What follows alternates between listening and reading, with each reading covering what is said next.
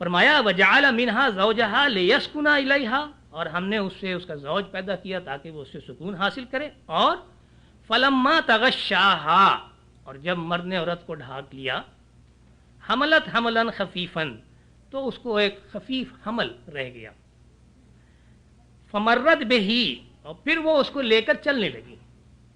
یہ وہ پروسیس ہے جو اللہ تعالیٰ ہمارے سامنے رکھ رہا ہے، یہ دوسرا مقصد ہے، اور دوسرا مقصد کے حصول کا جو پروسیس ہے ہمارے سامنے اللہ تعالیٰ نے قرآن میں واضح کیا۔ اس بات کو اپنے ذہن میں رکھ لیجئے کہ اللہ تعالیٰ اور رسول اکرم صلی اللہ علیہ وسلم لوگوں کو ان کی زندگی کے طریقے گزارنے کے سلسلے میں قطعاً نہیں شرماتے کہ وہ بتائیں کہ کیا اصول و کیا طریقے ہونے چاہیے، لیکن وہی بات ہے کہ آداب ہیں ہر چیز کے، اور گفتگو کے بھی آداب ہیں۔ تو یہاں جو بات ہمارے سامنے آئی وہ یہ کہ یہ پروسیس اختیار کیسے کیا جائے، یہ بڑا اہم سوال ہے۔ یعنی ہم جو ہے انسان ہیں، ہم جانور نہیں ہیں۔ انسان میں جو اپنے کو اشرف المخلوقات کہتا ہے، جس کے پاس عقل ہے، جس کے پاس تہذیب ہے، یقیناً اس کا انداز جو ہے وہ جانوروں سے مختلف ہونا چاہیے۔ چنانچہ حضور اکرم صلی اللہ علیہ وسلم کی ایک حدیث ہمیں ملتی ہے، آپ نے فرمایا کہ لوگوں، جانوروں کی طرح اپنی بیویوں سے تعلقات قائم نہ کرو۔ پر آپ نے غور کیا جو بات کہی جا رہی ہے کہ جانوروں کی طرح اپنی بیویوں سے تعلقات قائم نہ کرو۔ پوچھا گیا کہ یا رسول اللہ کیا مفہوم ہے آپ کا؟ یعنی مفہوم ظاہر سے بالکل واضح بات ہے کہ یہ علیہ الاعلان نہیں ہونا چاہیے، سڑکوں پر نہیں ہونا چاہیے، لوگوں کے سامنے نہیں ہونا چاہیے یہ کام۔ لیکن آپ نے پھر اس کی وضاحت کی، آپ نے فرمایا کہ لوگوں پہلے پیغام بھیجو۔ اب یہ ایک اور تعجب کی بات تھی کہ پیغام بھیجا جائے۔ چنانچہ صحابہ کرام نے پوچھا کہ یا رسول اللہ ہم اپنی بیوی کو پیغام بھیجیں، اور وہ کس طرح بھیجیں؟ تو آپ نے فرمایا کہ ہاں تم اپنی بیوی کو پیغام بھیجو، اور ان سے پہلے دل لبانے کی باتیں کرو، پہلے ان کے اندر ایک رسپانس ڈیولپ کرو۔ اس طرف جو ہے وہ بھی جذبہ پیدا ہونا چاہیے کہ جو جذبہ آپ کے اندر پیدا ہوا ہے، اور آپ کے ساتھ تعاون کا جذبہ پیدا ہونا چاہیے۔ اس لیے کہ یہ جو کام ہونے جا رہا ہے یہ دو انسان کے ملاپ سے کام ہونے جا رہا ہے، صرف ایک کے جذبات سے یہ کام نہیں ہو سکتا، یہ جذبات دونوں طرف ابھرنے چاہیے۔ اور اس کا طریقہ یہ ہے کہ پہلے اپنی بیوی یا اپنے شوہر سے دل لبانے کی بات کیا جائے، اور اس کے اندر وہ جذبہ ابھارا جائے، اور اس کے بعد یہ عمل کیا جائے۔ چنانچہ اس کے لیے کچھ اور بھی آداب ہیں، کچھ ایسے وقت ہیں کہ جن کی باتیں ہمارے سامنے آنی چاہیے، جن کے کچھ آداب اور کچھ لحاظ ہمیں رکھنا چاہیے۔ حضور صلی اللہ علیہ وسلم نے فرمایا کہ لوگوں جب تم سفر سے واپس آؤ تو سیدھے اپنے گھر میں داخل نہ ہو۔ کیوں؟ اس لیے کہ اپنی بیوی کو یہ موقع دو کہ وہ اپنے کو بنا سنوار لے اور وہ کنگھی کر لے۔ اس کے معنی یہ نہیں ہے کہ ہم یہ کہیں صاحب یہ تو ہمارا گھر ہے، ہمیں کیا ضرورت ہے کسی کو بتانے کی، اطلاع دینے کی، اور ہم دڑدڑاتے ہوئے گھر کے اندر گھس گئے۔ نہیں، حضور اکرم صلی اللہ علیہ وسلم کا طریقہ کار یہ تھا کہ جب آپ آتے تھے مدینہ منورہ تو آپ گھر سے باہر ٹھہرتے تھے، مسجد میں پہلے آپ نماز پڑھتے تھے، اور گھر میں اطلاع کراتے تھے کہ میں فلاں وقت گھر کے اندر آؤں گا۔ تو گویا اپنی بیوی کو یہ موقع دیتے تھے کہ بیوی اگر کسی حال میں ہے، سہیلیوں سے مل رہی ہے، کہیں گئی ہوئی ہے، کوئی اور صورتحال ہے، اپنے کو بنا سنوار لے، تیار کر لے، کنگھی کر لے، پھر آپ اس کے پاس جائیں۔ تو یہ اس کا حق بنتا ہے کہ اسے یہ اطلاع ہونی چاہیے کہ آپ گھر میں کب آئیں گے۔ جہاں یہ اس کا حق ہے وہاں مرد کا بھی ایک حق ہے اس سلسلے میں۔ چنانچہ دوسری حدیث ہمیں ملتی ہے کہ حضور صلی اللہ علیہ وسلم نے فرمایا کہ جب شوہر اپنی بیوی کو بلائے تو اسے فوراً آنا چاہیے، خواہ وہ تنور کے اوپر ہی کیوں نہ ہو۔ اب آپ تنور کا تصور اپنے ذہن میں لائیے۔ تنور کیا چیز ہے؟ وہ کہ جس کے اندر آگ جلائی جاتی ہے، جس پر کھانا پکایا جاتا ہے، روٹی پکائی جاتی ہے۔ اب اگر عورت تنور کے اوپر ہے تو راکھ اڑی ہوگی، گرد اڑی ہوگی، اس کے کپڑوں پہ جمی ہوگی، بال پہ جمی ہوگی، پسینہ نکلا ہوگا، کپڑے چپک رہے ہوں گے، ساری صورتحال ایسی ہوگی کہ جو ایسی نہیں ہے کہ جو دیکھنے والا یہ کہہ سکے کہ کوئی یہ ایسی صورتحال ہے کہ جس سے انسان جو ہے ملاقات کرے۔ لیکن حضور صلی اللہ علیہ وسلم کی ہدایت یہ ہے کہ اگر مرد بلائے تو عورت کو یہ خیال نہیں کرنا چاہیے کہ میں کس حال میں ہوں وہ جائے۔ تو گویا یہ معاملات اور یہ تعلقات دونوں طرف سے اور دونوں کا خیال کرتے ہوئے کیے جانے چاہیے۔ یہ نہیں ہے کہ کوئی اپنے کو اسرٹ کرے اور یا کوئی جو ہے وہ بالکل انکار کرے۔ دونوں طریقہ جو ہے وہ اسلامی نقطہ نظر کے تحت صحیح نہیں۔ پھر جب یہ پروسیس آپ نے قائم کر لیا ہے، یہ عمل جاری ہے، تو اس وقت بھی حضور اکرم صلی اللہ علیہ وسلم ہمیں ایک ہدایت دیتے ہیں۔ وہ کہتے ہیں کہ لوگوں اگر تمہاری بیوی آزاد عورت ہے تو تمہیں یہ حق حاصل نہیں ہے کہ تم اپنی مرضی سے اس عمل کے دوران علیحدگی اختیار کرو۔ اب یہ دیکھیے یہ بڑی اہم بات ہے جو یہاں کہی جا رہی ہے اگر آپ کی بیوی آزاد عورت ہے، ظاہر ہے کہ اب آج کل تو سبھی عورتیں آزاد ہیں الحمدللہ، کوئی تمیز یا ایسی نہیں ہے کہ جو آپ کہہ سکیں کہ وہ میرے اختیار میں یا میری مرضی پر ہے، نہیں. اب یہاں دو شخصیتیں ہیں، دونوں اپنے جذبات رکھتی ہیں، دونوں اپنے احساسات رکھتی ہیں، دونوں حقوق رکھتی ہیں. چنانچہ جب یہ عمل جاری ہے تو اس وقت کسی ایک شخصیت کا عمل جو ہے ایسا نہیں ہو سکتا کہ جس سے دوسرے کے جذبات کو یا احساسات کو ٹھیس پہنچے. تو آپ نے فرمایا کہ اگر آزاد عورت تمہاری بیوی ہے تو جب تمہارا یہ عمل جاری ہو تو تم اپنے کو یک طرفہ طور پر علیحدہ نہیں کر سکتے جب تک کہ اپنی بیوی سے اجازت نہ لے لو.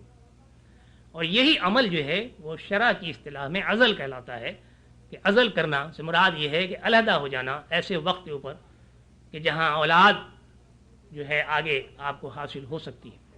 چنانچہ اس کے لیے حضور صلی اللہ علیہ وسلم نے منع کیا کہ یہ عمل نہیں ہونا چاہیے. اب آگے جو ہمارے سامنے ایک بات اور آتی ہے وہ یہ کہ یہ وہ عمل ہے جو تنہائی میں ہونا چاہیے، آپ کے کمرے میں ہونا چاہیے، اور اللہ تعالیٰ کے احکامات، رسول اکرم صلی اللہ علیہ وسلم کے احکامات ہمارے لیے ہر جگہ کے لیے ہیں. خواہ وہ ہمارا کام سڑک پہ ہو رہا ہو، یا ہمارا کام دوستوں اور احباب کی محفل میں ہو رہا ہو، یا ہمارا کام ہمارے بیڈ روم میں ہو رہا ہو، ہم پابند ہیں اگر ہم اپنے کو مسلمان کہتے ہیں تو اللہ اور رسول کے احکامات کے، اور اسی کے مطابق ہمیں کام کرنا ہے. چنانچہ حضور صلی اللہ علیہ وسلم کی حدیث یہ ہے کہ اپنے اور اپنے بیوی کی خلوت کے تعلقات جو شخص اپنے دوست اور احباب کی محفل میں بیٹھ کر کے بیان کرتا ہے تو اللہ تعالیٰ اس سے سخت ناراض ہوتا ہے. تو پتہ یہ چلا کہ یہ باتیں ایسی ہیں کہ جن کا بیان کرنا بھی کسی کے سامنے غلط ہے. نہ یہ کہ پوری نظارہ کشی کی جائے یا اس کی فلم بندی کی جائے یا اخبارات میں یا رسائل میں اس کی تصویریں چھاپی جائیں. چنانچہ یہ اسلام کے بالکل صریحاً خلاف ہے. نہ شوہر اپنے دوستوں کی محفل میں بیٹھ کر کے اپنی بیوی سے تعلقات کے بارے میں گفتگو کرے، اور نہ بیوی اپنی سہیلیوں میں بیٹھ کر کے اپنے شوہر سے خلوت کے تعلقات کے بارے میں گفتگو کرے. اس کے بارے میں سختی کے ساتھ ہم کو تاکید کی گئی ہے اور منع کیا گیا ہے. لیکن ایک بات اپنے ذہن میں رکھیے کہ یہ جو تعلقات مرد اور عورت کے درمیان میں قائم ہوتے ہیں تو آج کل کے زمانے کے تحت، مغربی تہذیب کے تحت، تو آپ یہ کہہ سکتے ہیں کہ صاحب جب میاں بیوی راضی تو کیا کرے گا، قاضی والی بات ہے کہ صاحب جب دو ایڈلٹ، دو عاقل و بالغ شخص جو ہیں وہ چاہتے ہیں کوئی عمل کرنا تو معاشرے کو کوئی اختیار نہیں ہے کہ اس میں مداخلت کرے. آج کل مغربی تہذیب جو ہے اسی انداز پہ چل رہی ہے. لیکن نہیں، اسلام ایک شرط عائد کرتا ہے، اور یہ بڑی اہم شرط ہے. وہ یہ کہ ان تعلقات کو قائم کرنے سے پہلے مہر کی ادائیگی یا مہر کی جو شکل ہے یا جو رقم ہے اس کے بارے میں گفتگو ہو جانی چاہیے اور طے ہو جانا چاہیے. تو یہ ایک شرط ہے ان تعلقات کے قائم کرنے کے لیے کہ مہر باندھا جائے.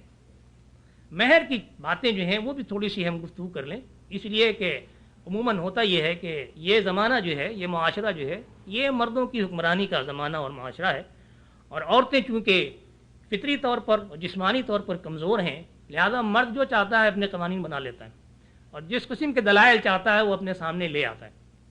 لیکن یہاں اسلام نے بڑی سختی کے ساتھ اور بڑے کھلے ہوئے انداز میں مہر کی رقم کو مقرر کرنے کا حق عورت کو دیا، یعنی اس عورت کو دیا ہے کہ جو زوجیت میں جانے والی ہے. اس عورت کے باپ کو حق حاصل نہیں ہے، اس عورت کی ماں کو حق حاصل نہیں، اس عورت کے کسی ولی کو یہ حق حاصل نہیں ہے، شوہر کو حق حاصل نہیں ہے، شوہر کے گھر والوں کو کسی کو حق حاصل نہیں ہے کہ وہ مہر کی رقم کو مقرر کریں. یہ حق صرف اس عورت کو حاصل ہے کہ جس کا نکاح ہونے جا رہا ہے یا جو زوجیت میں جا رہی ہے. یہ مکمل طور پر اسلام نے اس کو یہ اختیار دیا کہ وہ جو رقم چاہے مہر کی باندھے. اس میں سے آپ ذرا سا چند مثالیں دیکھیے. پہلے حضور اکرم صلی اللہ علیہ وسلم کی، اس کے بعد میں اور آپ کو مثالیں دوں گا.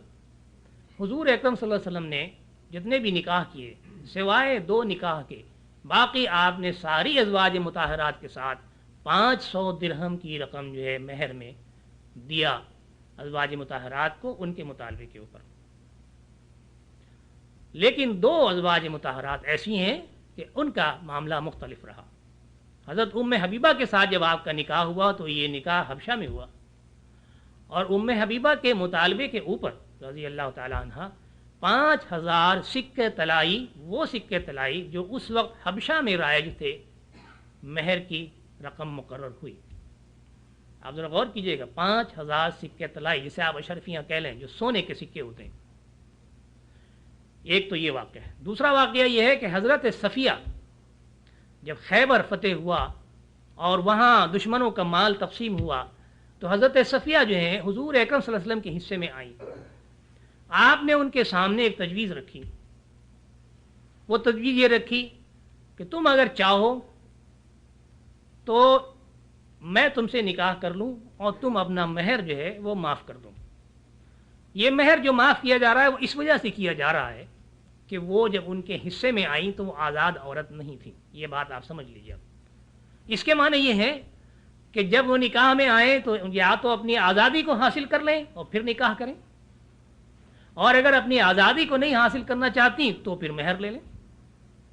چنانچہ حضرت صفیہ نے اپنی آزادی مانگی کہ مجھے آزاد کیا جائے، مجھے کنیز نہ بنایا جائے، اور اگر وہ رقم جو میں آزادی کے حصول کے لیے کسی کو دیتی وہ میرا مہر ہے، میں یہ سمجھوں گی کہ وہ میرا مہر مجھے مل گیا اور میں آپ کے ساتھ شادی کرنا پسند کرتی ہوں بجائے اس کے کہ میں بحیثیت کنیز کے رہوں۔ چنانچہ یہ دوسری مثال ہے ہمارے سامنے۔ یہاں بھی اختیار عورت کا ہے کہ وہ فیصلہ کرے کہ اسے کیا چاہیے۔ حضور اکرم صلی اللہ علیہ وسلم کی یہ مثالیں ہمارے سامنے آتی ہیں۔ اب بدقسمتی سے ہمارے معاشرے میں جو مہر فاطمی یا مہر شرعی کا جو رواج پڑ گیا ہے اس کی کوئی حقیقت نہیں ہے۔ آپ کو کسی حدیث سے کسی واقعے سے کہیں یہ بات نہیں ملے گی کہ اسلام نے کوئی مہر کی تعداد مقرر کی ہے کہ 2 روپے 6 آنے یا 2.5 روپے یا جو کچھ بھی ہے کہ صاحب مہر فاطمی ہے اور حضور صلی اللہ علیہ وسلم نے یہ مہر مقرر کیا۔ قطعاً غلط ہے۔ اس کی کوئی حدیث کوئی سند جو ہے ہمارے سامنے نہیں ہے۔ بلکہ ایک دفعہ حضرت عمر رضی اللہ تعالیٰ عنہ نے خطبہ دیا جب وہ خلیفہ تھے، تو آپ نے فرمایا کہ میرا دل چاہتا ہے کہ میں مہر کی تعداد مقرر کر دوں، اس لیے کہ عورتیں بڑی بڑھا چڑھا کر کے رقموں کا مطالبہ کر رہی ہیں جو لوگ دے نہیں سکتے۔ تو ایک عورت کھڑی ہو گئی اور اس نے کہا کہ قرآن میں ہے کہ وَإِذَا آتَيْتُمْ إِحْدَاهُنَّ قِنْطَارًا لَا تَأْخُذُوهُ مِنْهُ شَيْئًا، کہ تم اگر کسی کو، قنطار کے معنی سونا چاندی کا ڈھیر، اس کو قنطار کہتے ہیں، تم اگر کسی کو، کسی ایک کو بھی سونے چاندی کا ڈھیر دے دیتے ہو مہر میں تو اس میں سے کوئی چیز واپس نہ لو۔ لا تاخذوہ منہ شیئا۔ تو جب اللہ تعالیٰ یہ کہہ رہا ہے کہ تم سونے اور چاندی کے ڈھیر دے سکتے ہو تو آپ کون ہوتے ہیں یہ پابندی لگانے والے کہ مہر میں ہم اپنی کسی بھی رقم کا جو ہم چاہیں مطالبہ نہ کریں؟ آپ دینا چاہتے ہیں دے سکتے ہیں، دیجئے، نہیں دے سکتے ہیں تو آپ کے لیے عورتوں کی کمی نہیں ہے اور ہمارے لیے مردوں کی کمی نہیں ہے۔ چنانچہ حضرت عمر نے یہ بات کہی کہ آج قرآن کو سمجھنے میں ایک عورت مردوں سے بازی لے گئی اور آپ نے اپنی وہ بات واپس لے لی کہ مہر کی مقدار مقرر کی جائے۔ تو اس بات کو اپنے ذہن میں ہمیں بالکل واضح کر لینا چاہیے کہ مہر کی کوئی مقدار شرع کے تحت مقرر نہیں ہے، یہ صرف عورت کا اختیار ہے کہ وہ کیا مہر لینا چاہتی ہے اور اسی مہر کے اوپر وہ نکاح ہوگا۔